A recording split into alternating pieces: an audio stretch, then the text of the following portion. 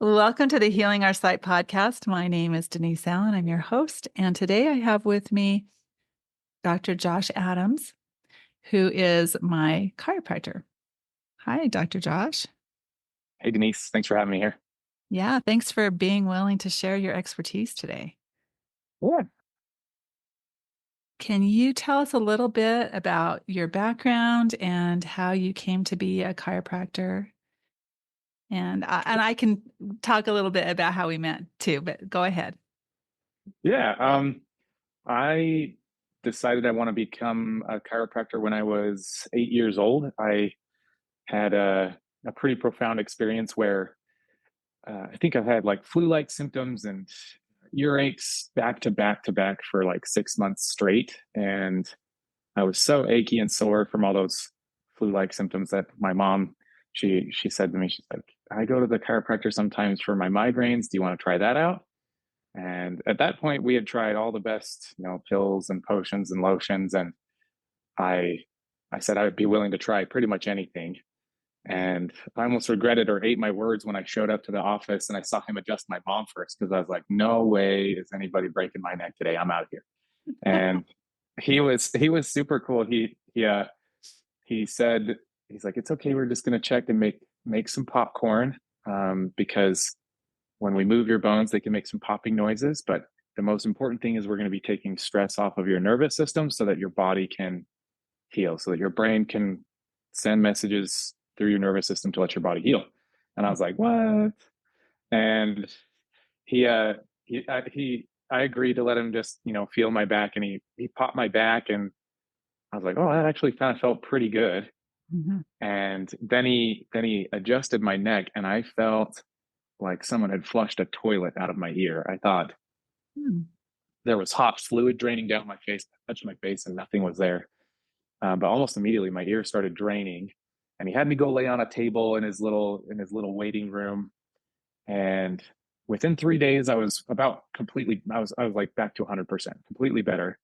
But the coolest part about that whole experience was he went into his back room while I was laying there on that waiting table, and he went into his office and he popped a bag of popcorn for me, and he brought it out and he said, "See, I told you we were just making some popcorn." And that was the moment that I knew right then. I knew that if I could take somebody who is scared and sick and not expressing life to their fullest, and if I could move them to a place where they were not scared and not sick and they were happier, that was what I wanted to do. So ever since I was 8 years old, I wanted to be a chiropractor. That is an amazing story. I love Yeah. it. Very few people have that realization at that young age. Yeah. And don't get me wrong, there was a couple of moments where I varied and I was like, oh, you know what? Maybe I'll become an osteopath, and maybe I'll do, maybe I want to be a in quotes, real doctor. I don't know. So, but there was a couple of times where I was like, you know what? Do I want to change? And ultimately, every time I kept coming back to thinking about how I wanted to become a chiropractor. Yeah, that's awesome. And we've known each other for a little while because I had a different chiropractor for years and years and years. And you're a young guy. I'm old. Uh-huh. And my No. chiropractor, okay, well, anyway, a lot older than you. And and my chiropractor retired right as I was getting over a car accident injury. And my daughter was going to you, and I was kind of keeping tabs on her care versus what was going on with mine. And hers did not seem as intense. And I was like, why? I mean, we were in the same car. We had the same experience. Um, and and so then I thought, okay, I need to try something different. I mean, I was pretty much rehabilitated by then, but then I had another injury with my elbow, and that's when I was like, okay, I need to just make a break from my. Well, I had to make a break. He was not available, and I had tried a couple of people actually, and ended up in your office, and you fixed my elbow, which I didn't think was something chiropractors would do, and that was amazing. So I appreciate that you showed me the new way. Yeah, yeah, like I said, there's all sorts of different techniques, and yeah, if you can, if you can have a different tool in your toolbox to help somebody, then um, yeah, you should try and use those kinds of tools. Absolutely. So we want to talk today about the connection between chiropractic care and vision health. Mhm. Can you tell us a little bit about the relationship between our body alignment and our vision? Yeah. So, like that, like my chiropractor told me when I was 8 years old, he kind of gave me the overarching principle of chiropractic right at the beginning. He said that your brain and your nervous system controls every other function in your body, and if you have the least amount of interference on your spine, pushing on your spinal cord, then your body's going to function the way that it's designed to do. And so the same thing, and I've always loved our chats when you've come into the office, but it's always amazing to see how people come in for, whatever, they usually come in for neck pain or back pain or something like that. But then they start to notice that different things start to get better, other things start to function better. Mhm. So yeah, chiropractic and eyesight are simply related in the fact that your brain and your nervous system controls through cranial nerve number two, your ocular nerve, um, like it controls how your eyes function. And if you want your eyes to function the best, you better have good nerve supply or good power supply going to those organs so that they can work and heal and repair and regenerate the way that they're designed to. Yeah. So, what do you recommend for people when they're experiencing issues with their vision, um, as far as the alignment aspect of things goes? Yeah, just making sure that there's the least amount of stress or tension on your nervous system. We see a lot of stuff now with postural effects on our spine. In our modern society, I call it tech neck because we're always either on a computer, we're always on our phones, and as we hunch our heads forward, there's a normal curvature that's supposed to be in your neck. And when we lose that curvature because we're always hunched forward, looking down at a phone or some piece of technology, then that leaning forward decreases that curve in our neck, and that can strain or put tension on your spinal cord. Right. I don't remember who I was talking to recently, but she was talking about her husband and said that he had no curvature in his neck, and he's a young guy. So it sounds like that's something that could be addressed with some chiropractic care, right? Yeah, chiropractic care just focuses on restoring proper mobility to those joints. And then ideally, and this is what I do in my practice, is I try and give people home care exercises to re-strengthen those muscles around the curvature in your neck that will help hold it and support it so that those repetitive postures that we get into every day or those repetitive movements that we do every day don't pull us right back into um, tension or distress on our nervous system.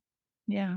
Do you usually see vision problems in your office? Is that something that you will notice? Every once in a while, I notice it. It's not something that I'm like always looking for, and it's kind of like what I said before. People will come in just for the regular thing. Like most people think chiropractor means neck pain, back pain, and car accidents. Hmm. Um, but when they come in and they start getting adjusted and their pain goes away, they end up saying, you know what, I'm going to stick around because I started to notice that, maybe my digestion got better or my eyesight got better or my, my heart rate variability got better. And so they start to notice all these improvements in function. And that's what keeps them saying, you know what, this is kind of a lifestyle thing instead of you know what, I need to go every once in a while when I'm hurting. Yeah. Are there any specific techniques that are useful for eye function, or is it just all part of the same package as you're adjusting someone? Yeah, so there's different ways to adjust. There's no specific thing that says, you know what, this adjustment is for this specific disorder. So, as a chiropractor, we're not technically treating or curing any sort of disease or anything like that. Mm. Um, but it kind of comes along with it. So it's one of those positive side effects that happen with chiropractic. Right. Do you have some daily exercises or practices that you would suggest for people if they're wanting to kind of focus on vision improvement in relationship to their whole Yeah. health? A big thing that I try and tell people is to activate like we exercise all of our muscles in our body. We'll go to the gym and we'll try and work out different muscle groups all the time. But oftentimes we're not using the muscles of our eyes, and we're stuck on one thing directly in front of us. We're never looking all the way right, all the way left, looking up and down. And so those muscles that surround our eyes may not get as much training as the other one. So I always tell people just remember, like everything, it's that use it or lose it principle. If you're not using those muscles around your eyes, if you're not having to focus your eyes on something, and if you're not looking far off into the distance and you're not looking at stuff up close and changing stuff, if you're stuck on just one thing all the time, then you're only going to train that one thing. And if you don't use any of the other things, they'll tend to go away. Mhm. I have a couple of things that I do that you taught me that I've incorporated into my vision routine. So you told me to lay on the floor twice a day for 15 minutes with a pillow behind my neck, a round one, and a rolled up. I think you said a rolled up towel for either, but I have a neck pillow. So I was like, okay, I'm using that for my neck. And then I use the rolled up towel for my lower back. And while I'm laying there on the ground, I'll do my eye exercises. So I'll do There you go. a little bit of tapping, a little bit of palming, some circles, both directions, some figure eights, both directions. And it's become part of my routine because I have to lay there anyway. Yeah. Oh, I think it's kind of nice to combine all of that into one piece. It's definitely, and putting those pillows to support that cervical curvature in your neck, Mhm. like I said, it takes off the strain from your nervous system. So if your neck has straightened out and it's tensioning on that cord, then nerves don't like to function under tension. And so if you can take some tension out of it and then you exercise those muscles in their most happy state where they're getting the best nerve supply, you're going to get the best workout for your eyes. So good on you for doing that, kind of combining those two and doing that together. That's awesome. Well, I just have to try and fit everything in. That's the problem. It's like, okay, what's going Yeah. to make me fit all this stuff into my day? And so that was one of the things that I decided to do because it wasn't happening otherwise. So, in your practice, do you make suggestions for diet and nutrition as far as overall health, and which is also going to include eye health? 100%. Yeah, you can't, like, chiropractic isn't an end all be all. It's going to help a lot.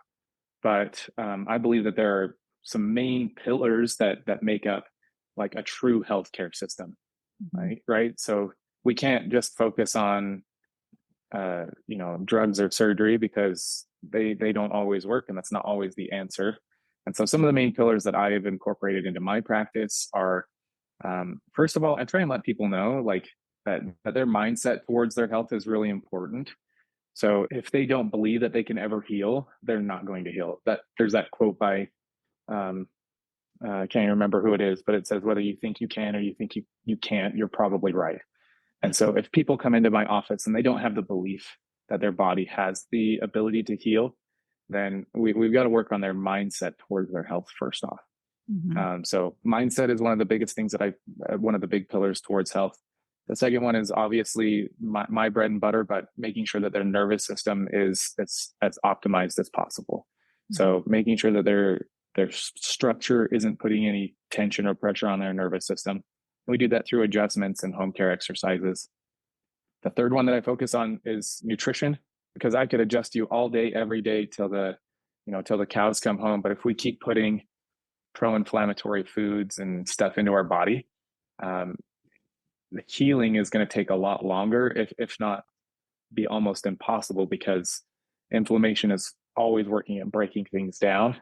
Mhm. And if we're trying to build things back up, we've got to remove inflammatory foods and we've got to give your body the building blocks it needs to fix your eyesight or to fix your gut lining or to fix other things. So I do make a lot of nutritional recommendations. And that was a huge part of my chiropractic schooling is focusing on nutrition. Mm. And then I give people other things, exercise, and also tips on how to like minimize how many other toxins we're putting into our body. Okay. Yeah, I love that you are so pro exercise at home too, because that's not something that I found with previous chiropractors that I've seen. And even the video that you were willing to make for me, I'm like, okay, now I need another video because what you told me last time, I'm like, no, I need a video of that because I don't know if I'm doing it right. So Mm-hmm. we'll have to talk about that after. But Yeah, I think it's so refreshing that your approach is the way it is. Because I think a lot of people have in their mind that when you go to the chiropractor, they're just going to crack your bones and send you on your way, and that it's going to be kind of a harsh treatment. But that's not my experience with you particularly. It's the adjustments are gentle and the aftercare, the what are you going to go home and do is is there where it's not in a lot of other cases. yeah. I think that's super important because if we were to solely rely on, our healthcare providers, our healthcare system is already overrun. And we need to start, I think everybody needs to start taking back or taking control of the thought that their health is their own responsibility.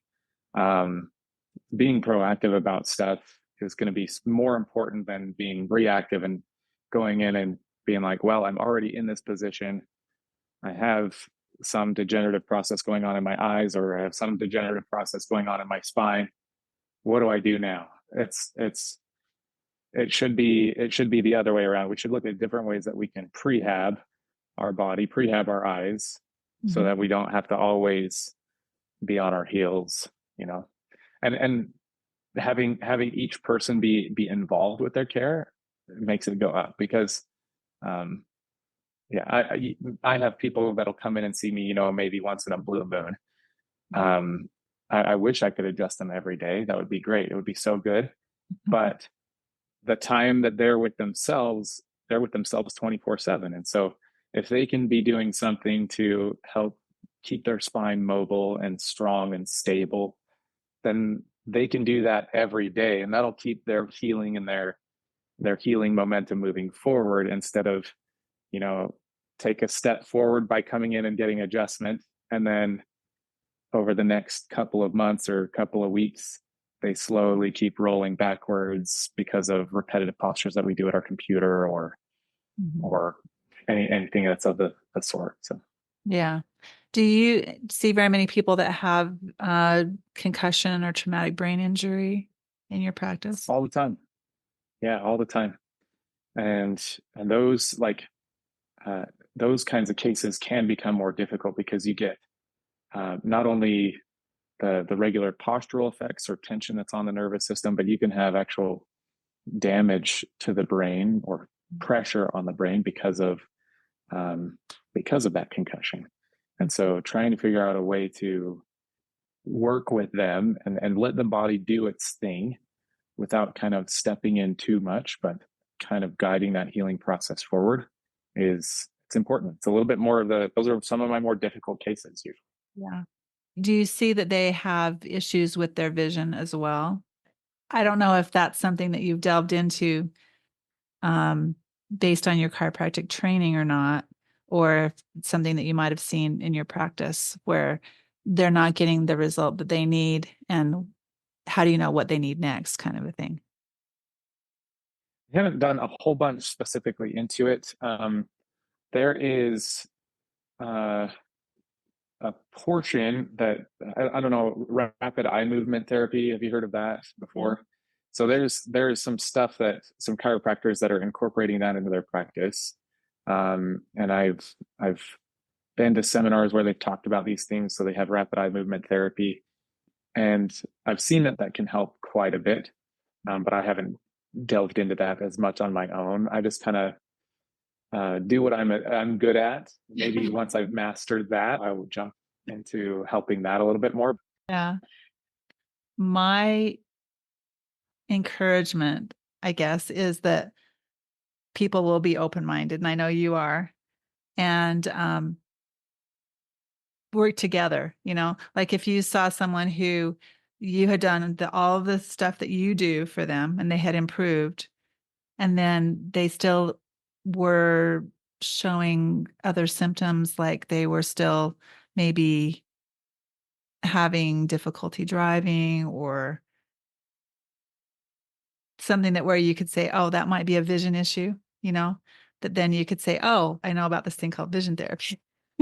Right. Hmm. And the same thing for the vision therapy doctor, if they could say, oh, there's some other things that are preventing this patient from making as quick of progress as they could, maybe they need to go get a chiropractic adjustment, and have the doctors working together more.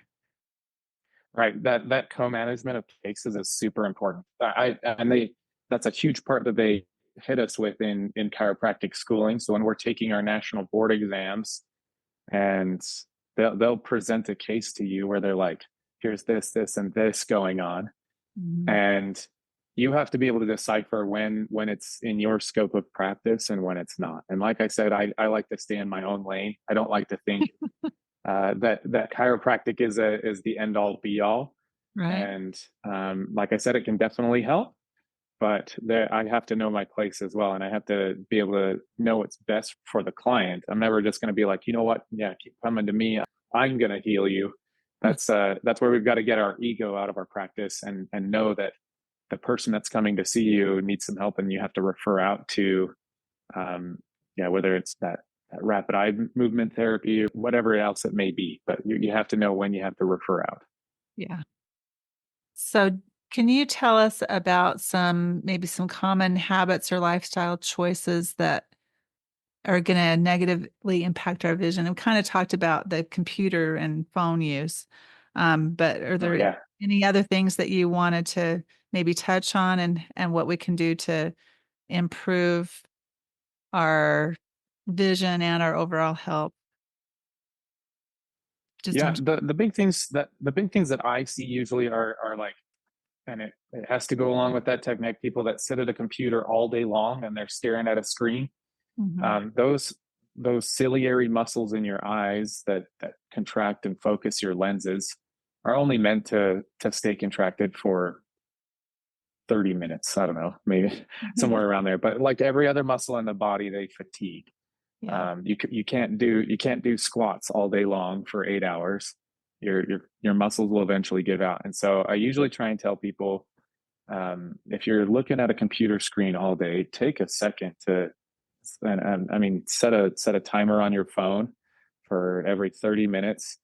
Get away from your computer and then go and focus your eyes on something further off. Let your eyes get a break from having to focus up on tiny words up close, and look at something off in the distance. Walk Mhm. around your desk for a little bit, get some blood moving instead of being in that one position or posture where you're hunched forward, because ultimately the longer you stare at those letters on the screen and those muscles fatigue more and more, you're going to lean more and more forward because those muscles can't focus Mhm. on those letters. And so you're going to help them by bringing your face closer to that screen and hunching forward. Right.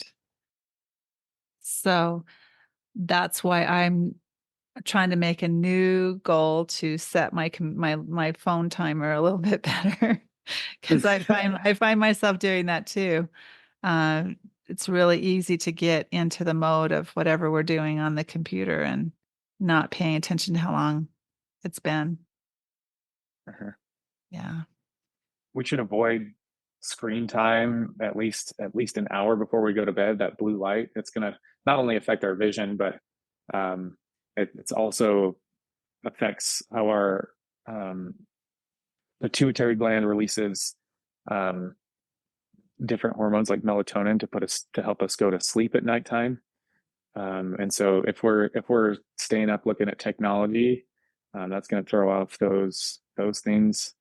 So it's an overarching thing, but a lot of the stuff in our whole life, our whole universe around us is filtered through our eyes.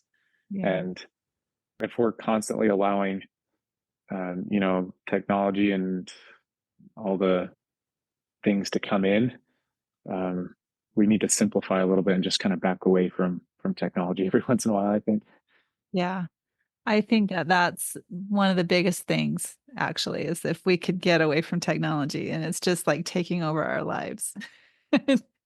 And here we are participating in technology right now. I know it's so good because it helps us. It can be a great tool for disseminating information and helping people learn and grow. But at the same time, it can hurt you a lot too.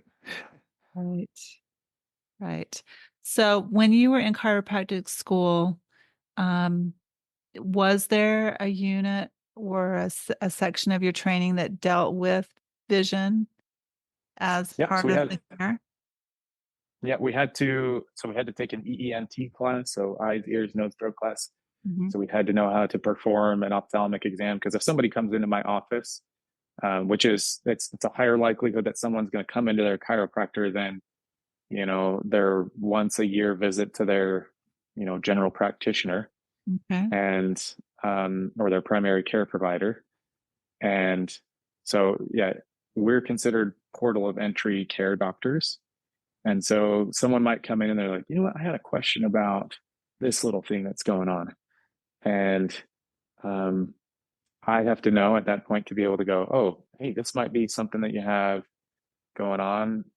And you would probably want to go see an optometrist for that. You probably want to go see an ophthalmologist, or I don't know. There's different things that we'd have to know when to refer out to. But Right. yeah, in chiropractic school, they go over all the most common conditions because people are more likely to come into my office on a regular basis, and we could catch something. Mhm. But then I'd have to know where to send them after that. Yeah.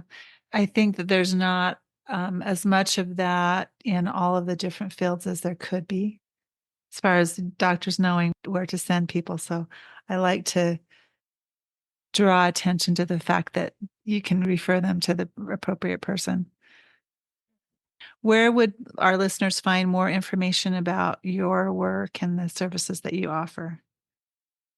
Oh, you could go to my website. That's probably the best place. Is It's www.weadjustlife.com. Um, and there's little things on there, so you can go through that. Do you have any of your videos on there? Just out of curiosity. I haven't been on your I website. don't. I don't, but I've recently been creating more home care exercises, and I started a YouTube channel, and I put those up there. Um, I haven't made that public yet because I don't want people hopping on there and doing one exercise that's meant for correcting anterior head translation, and they have posterior head translation, and they start doing the wrong exercise for them. So yeah, I try and make the exercises that I prescribe for people case specific. So I haven't made that public, but I'll probably make some basic overarching exercises that are accessible by everybody on YouTube. Okay. I'm going to look for that. I'm going to look forward to Okay. seeing. Yeah, you don't want people self-prescribing the exercises, right? Yeah, start doing something that's not beneficial for them, but maybe beneficial for somebody else. Yeah. For sure. Okay. Awesome. Well, thank you so much for all of your insight today. Um, Thanks for having me. Yeah. do you have any final words of wisdom that you'd like to share with our listeners? Just keep your body moving. I think one of my favorite sayings that I always try and tell people here in my office is that motion is magic or motion is lotion. Those are two of the favorite things that I like to say. And we don't stop moving because we get old. We get old because we stop moving.